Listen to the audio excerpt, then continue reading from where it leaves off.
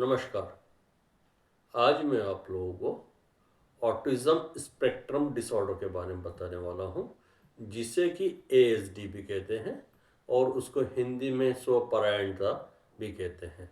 ये क्या होता है? यह एक ऐसी समस्या है जिसमें कि व्यक्ति जो कि उसका व्यवहार बहुत अलग होता है, जिसमें वो आइसोलेटेड मतलब कि एकांत पसंद करता है, सोशल नहीं होता है और आई कांटेक्ट वगैरह नहीं होता है और उसमें काफ़ी ऐसी प्रॉब्लम्स होती हैं जो अन्य सामान्य व्यक्तियों से हटके होता है। तो ये समस्या होती है और ऑटिज्म वाले बच्चे या व्यक्ति कई बार जीनियस और सुपर जीनियस भी पाए गए हैं। ये जरूरी नहीं है कि ऑटिज्म वाले पर्सन जो हैं इंटेलेक्चुअल डिसेबल्ड हो या किसी भी प्रकार के डिसेबिलिटी में के एसोसिएट प्रॉब्लम हो, ऐसा नहीं होता। कई बार इंटेलेक्चुअल बहुत अच्छे होते हैं तो ये इनमें रहता है। तो ऑटिज्म एक इस तरह की चीज़ें होती हैं। ऑटिज्म के क्या कॉजेस होते हैं? ऑटिज्म तो के एक तो मेनली कॉज होता है कि जेनेटिक्स प्रॉब्लम्स के कारण होता है और दूसरा है कि इन्वायरमेंटल फैक्टर्स कुछ होते हैं जिसके कारण कि ये देखने में आता है। ज़्यादातर ये देखने में आया है कि जो प्रेग्नेंट लेडी है, यदि उसको किसी प्रकार से स्ट्रेस या टेंशन या किसी प्रकार के प्रेशर रहता है, उसके कारण ये सब चीज़ें उसको होने की संभावनाएं ज़्यादा हो जाती है। कई बार ये भी देखने में आया है कि ज़्यादा एज के ऊपर में यदि ज़्यादा एज में कंसीव करते हैं तो उसमें भी ये संभावना है देखने में आई है कि उनके जो बेबीज़ हैं वो ऑटिज्म स्पेक्ट्रम डिसऑर्डर से प्रॉब्लमेटिक देखे गए हैं। लेकिन ये कोई ऐसी समस्या नहीं है कि जिसमें हम उनको करेक्ट नहीं कर सकते। करेक्ट से मतलब कि ये है कि उनको ट्रेन करके हम लोग ठीक कर सकते हैं। एकदम नॉर्मल की लेवल पे नहीं आता है कि उनके ऑटिज्म किस तरह का है, किस लेवल का है, उसके ऊपर डिपेंड करता है। तो इसके मेनली कॉजेज यही है कि एक तो इन्वायरमेंटल फैक्टर है, एज फैक्टर है और साइकोलॉजिकल एक कुछ रीज़न है जिसके कारण क्या होता है और एक न्यूरोलॉजिकल डेवलपमेंट के कारण भी कुछ प्रॉब्लम्स होती हैं।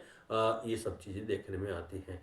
तो ये कुछ कॉज है, लेकिन इसका वैसा कोई एग्जैक्ट कॉज नहीं है कि हम ये कह दें कि इसके कारण ये हुआ है या ये बहुत मेजर चीज़ है जिसको हम ठीक कर देंगे तो ये वो ठीक हो जाएगा। ऐसा देखने में नहीं आता है। मेडिकल प्रैक्टिस में ऐसा कुछ देखने में नहीं आया हुआ है। इसको हम लोग क्या सिम्टम्स हैं ये देख सकते हैं।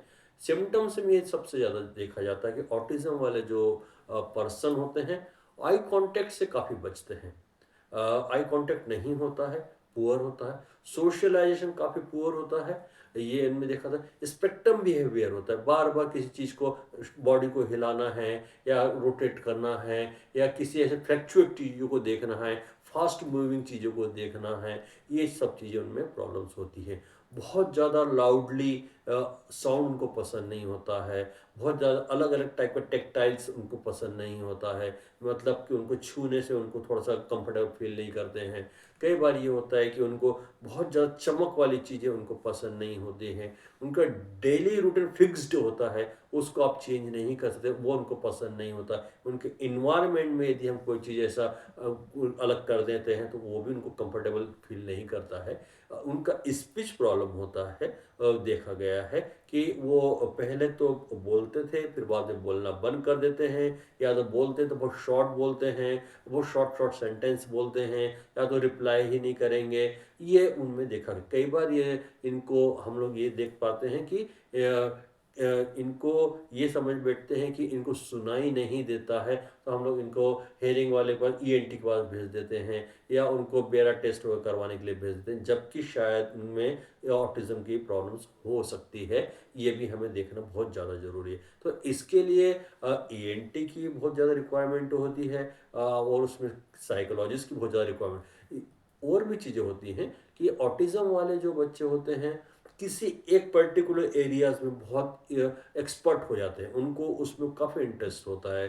ज़्यादातर देखने में आया है कि वो म्यूज़िक की ओर, रिदम की ओर ज़्यादा पसंद करते हैं। या कई ऐसे बच्चे देखे गए हैं कि वो म्यूज़िक में या उसके अलावा मैथ्स में हो गए, इंग्लिश में हो गए, हिंद पर्टिकुलर एक किसी एक टॉपिक या सब्जेक्ट के अंदर उनका इस पर माहिरता होती है, वो काफ़ी अच्छा कर पाते हैं। तो ये ओवरऑल बहुत सारी चीज़ों को एक साथ लेके नहीं कर पाते हैं।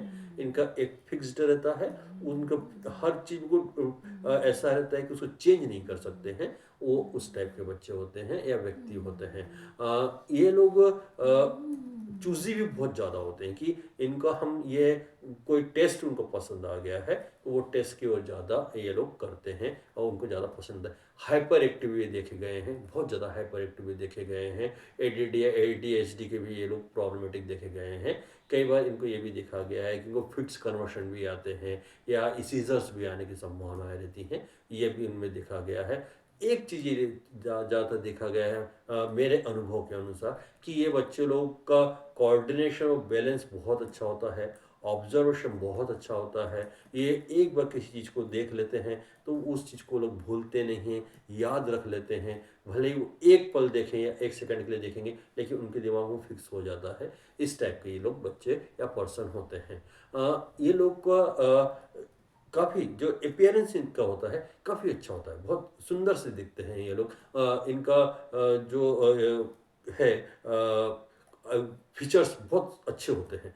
और ये लोग का दूसरी चीज़ होती है कि काफ़ी आर्ट में भी काफ़ी इंटरेस्ट रखते हैं ये लोग। तो किसी वही है कि हम ये किसी एक चीज़ में यदि मास्टर हो गई उनकी तो उसमें वो बहुत अच्छा कर पाते हैं। ये इनकी कुछ चीज़ें सिम्टम्स हैं जो हमें देखने में आते हैं। लेकिन कई बार नॉर्मल लोग या पेरेंट्स या अन्य लोग जो इससे रिलेटेड या इंफॉर्मेशन नहीं रखते हैं या नॉलेज नहीं होता है तो लोग ये कहते हैं कि इसको या तो हेयरिंग प्रॉब्लम है, सुनाई नहीं देता है, या स्पीच प्रॉब्लम है, या तो वोकल सिस्टम में कुछ इसके प्रॉब्लम है, या इसका लर्निंग में कुछ प्रॉब्लम है, या उसको ये सब चीज़ों को गेन करने में मुश्किलें जाती हैं। तो हमें प्रॉपर तरीके से एक तो सबसे ज़्यादा ज़रूरत होती है चाइल्ड साइकेट्री, पीडियाट्रिक साइकेट्री वाले जो होते हैं या क्लिनिकल साइकोलॉजिस्ट वाले होते हैं या ईएनटी वाले जो होते हैं उसको प्रॉपर तरीके से असेस करके उनको प्रॉपर गाइड कर सकते हैं। तो ये सबसे ज़्यादा ज़रूरी होता है। तो ये एक तो इनके लिए हमें सबसे ज़्यादा समझना ये ज़रूरी है कि कॉजेज़ क्या होते हैं। कॉजेज़ हमने देख लिया है, उसके बाद में ये देखा कि सिम्टम्स मैंने बता दिए कि उनमें क्या क्या चीज़ें होती हैं। बिहेवियर इशूज़ भी बहुत सारे होते हैं इन लोगों में कि ये लोग कुछ बहुत सारा ऐसा बिहेव करते हैं कि जो सोशल नहीं है या सोसाइटी के अनुसार नहीं है। इनमें बहुत सारा ऐसा देखा गया है। काफ़ी स्टाइलिश भी होते हैं ये लोग। कुछ भी इनको हर चीज़ पसंद आए ऐसा ज़रूरी नहीं होता है, ये भी एक चीज़ में देखा गया है। ये कुछ चीज़ें हैं जिसके कारण कि हम ये कह सकते हैं कि ये व्यक्ति कि इन व्यक्तियों में ऑटिज्म के सिम्टम्स हैं तो और ये ऑटिस्टिक हो सकते हैं, हम ये कह सकते हैं। इसी प्रकार से हम ये जो ऑटिस्टिक वाले हैं इनकी सीवियरिटी के हम देख सकते हैं। इनमें सीवियरिटी जो होता है माइल्ड लेवल का होता है, मॉडरेट लेवल का होता है और सीवियर लेवल का होता है। तो ये इनकी सीवियरिटी होती है कि माइल्ड वाले अलग टाइप के होते हैं, उनके सिम्टम्स कम होते हैं, मॉडरेट में थोड़ा उससे ज़्यादा होते हैं और सीवियर में थोड़ा ज़्यादा देखने में आते हैं। हाँ, ये इनके कुछ लेवल्स होते हैं। हम ये और भी देख सकते हैं कि ऑटिज्म वालों को हम लोग किस किस तरह से हम लोग उनको ट्रेनिंग या ट्रीटमेंट कर सकते हैं। तो सबसे ज़्यादा तो हमें इनमें रिक्वायरमेंट होती है कि जितनी भी रिहेबिलिटेशन प्रोफेशनल्स की टीम होती है मेनली खासकर, एक तो होता है स्पीच थेरेपिस्ट की रिक्वायरमेंट होती है, साइकोलॉजिस्ट की रिक्वायरमेंट होती है, कई बार फिजियोथेरेपिस्ट ऑक्यूपेशन थेरेपिस्ट की रिक्वायरमेंट होती है। स्पेशलिस्ट को सबसे ज़्यादा ज़रूरी होता है, उसका रोल और ज़रूरी होता है। मेडिकल प्रैक्टिशनर की बहुत ज़्यादा ज़रूरत होती है। फैमिली का हमें सबसे ज़्यादा ज़रूरत पड़ती है। उसके बाद में जो उसके सोसाइटी के लोग हैं, इन्वायरमेंट है, उसका हमें सबसे ज़्यादा ज़रूरत पड़ती है। तो हमें इस ऑटिस्टिक व्यक्ति के लिए यदि किसी प्रकार के ट्रेनिंग या कोई प्लान करना होता है उसके डेवलपमेंट के लिए, तो हमें सबसे ज़्यादा ज़रूरी होता है कि ये सब रिहेबिलिटेशन प्रोफेशनल की रिक्वायरमेंट होती है। आजकल इनके कुछ टेस्ट भी आ गए हैं, जैसे कार टेस्ट हो गए और भी टेस्ट आ गए हैं, जिसके द्वारा कि हम ये देख सकते हैं कि इनमें कितना परसेंट है ऑटिज़म का, ये हम देखा जा सकता है। तो ये सब चीज़ों के लिए हमें ये ज़्यादा ज़रूरी है कि हमें उस ऑटिस्टिक बच्चे या पर्सन को समझना बहुत ज़्यादा ज़रूरी है। ऑटिज़म हमें कई बार 5-6 साल के बाद में, बर्थ के 5-6 साल बाद में हमें रिकॉग्नाइज्ड हो पाता है, आइडेंटिफाई हो पाता है कि इसको ये प्रॉब्लम हो सकती है, या कई बार ये देखने में आता है, क्योंकि जब तक उसका डेवलपमेंट प्रॉपर तरीके से हमें नहीं समझ में आता है, हम उसको नहीं सबसे ज़्यादा हमें ये देखने में आता है कि उसका बिहेवियर, उसका आई कांटेक्ट और उसका आइसोलेशन, मतलब अलग रहना, सोशल नहीं होना, ये मेनली हम लोग उसको देख सकते हैं कि ऑटिस्टिक प्रॉब्लम है, बिहेवियर प्रॉब्लम इसमें देखी जाती है। तो हमें इन सभी चीज़ों को ध्यान में रखते हुए कोशिश करना चाहिए कि इन रिहेबिलिटेशन प्रोफेशनल के पास में हम इन बच्चों को लेके जाएं, या मेडिकल प्रैक्टिशनर के पास लेकर जाएं। और सबसे ज़्यादा ज़रूरी है स्पेशल एजुकेटर।